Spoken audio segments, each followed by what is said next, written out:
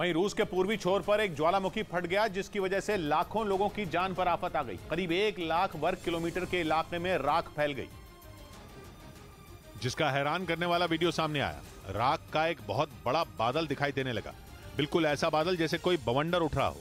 यह ज्वालामुखी से निकली हुई राख थी, जो आसमान में 10 किलोमीटर की ऊंचाई तक पहुंचने का दावा किया गया। इतनी राख कि कुछ भी दिखाई देना बंद हो गया। अफरा तफरी मचते ही वहां का एयर ट्रैफिक बंद कर दिया गया, यानी विमानों के लिए वहां की एयर स्पेस बंद कर दी गई। ये घटना रूस के पूर्वी छोर पर बसे कमचातका प्रांत में हुई। कमचातका की सारी सरकारी एजेंसियां इस ज्वालामुखी के फटने की खबर के साथ ही एक्शन में आ गईं, क्योंकि जिस ज्वालामुखी के फटने की खबर आई वो हमेशा सक्रिय रहने वाला ज्वालामुखी है। अब तक ये ज्वालामुखी 60 बार फट चुका है, इसीलिए करीब 1 लाख किलोमीटर के इलाके में अफरा तफरी मच गई और लोग घरों में कैद हो गए।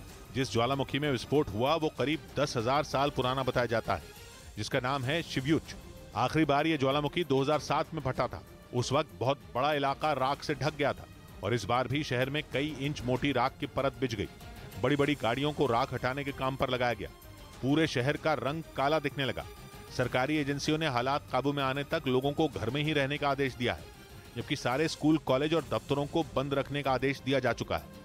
उधर शुरुआत से कोरोना वायरस पर जानकारी छिपाने वाले चीन ने 3 साल बाद एकदम नया दावा करके पूरी दुनिया में खलबली मचाने की कोशिश की। उसके एक वैज्ञानिक ने दावा किया कि मुमकिन है कि कोरोना वायरस इंसानों से शुरू हुआ हो, न कि जानवरों से, जबकि पूरी दुनिया मानती है कि कोरोना चीन के वुहान शहर की एक सी फूड मार्केट से फैला।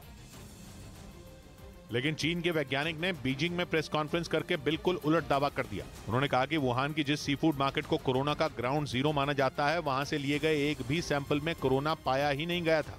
दावा किया गया कि जनवरी से मार्च 2020 के दौरान सी फूड मार्केट से 1300 से ज्यादा डीएनए सैंपल लिए गए थे। इनमें 457 जानवरों के सैंपल थे, लेकिन जब उन सैंपलों की जेनेटिक सीक्वेंसिंग की गई तो सारे के सारे सैंपल कोरोना नेगेटिव पाए गए। इसी आधार पर चीन के वैज्ञानिक ने कहा कि कोरोना वायरस वुहान की मार्केट में बेचे जा रहे मांस, मछली या जानवरों में नहीं, बल्कि वहां आए इंसानों से फैला होगा। अब इन दावों में कितनी सच्चाई है वो तो चीन ही जाने, क्योंकि वो कोरोना वायरस पर रिसर्च करने के लिए अपने वहां दूसरे देशों को घुसने की इजाजत तो देता नहीं। WHO की रिसर्च टीम तक को उसने अब तक अहम डेटा नहीं दिया है। इधर महाराष्ट्र के मुख्यमंत्री एकनाथ शिंदे को धमकी देने वाले आरोपी को पुलिस ने गिरफ्तार कर लिया। एक दिन पहले उसने महाराष्ट्र पुलिस के कंट्रोल रूम में फोन करके मुख्यमंत्री को बम से उड़ाने की धमकी दी थी, जिसके बाद तुरंत पुलिस ने आरोपी की तलाश शुरू कर दी और महाराष्ट्र के पुणे से उसे गिरफ्तार कर लिया। पुलिस ने बताया कि राजेश अगवाने नाम का यह आरोपी मुंबई के धारावी इलाके का रहने वाला है और नशे की हालत में उसने पुलिस कंट्रोल रूम में फोन करके सीएम को उड़ाने की धमकी दी थी। उधर चीन से निपटने के लिए भारत और अमेरिका मिलकर मिलिट्री ड्रिल करने में जुटे हैं, जिसमें पहली बार अमेरिका का खतरनाक B-1 बॉम्बर भी शामिल होगा। दोनों देशों के बीच ये सैन्य अभ्यास 2 चरणों में आयोजित किया जा रहा है, जिसमें पहली बार दुनिया के घातक बॉम्बर में शुमार अमेरिका का B-1 भी अपनी ताकत दिखाएगा।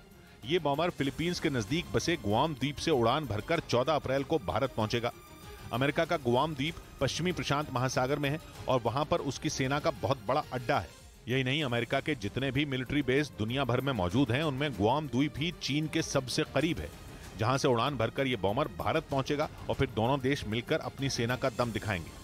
हालांकि इस मिलिट्री ड्रिल की शुरुआत एक दिन पहले ही पश्चिम बंगाल के पानागढ़ में हो चुकी है, जहां भारतीय वायुसेना का अड्डा है।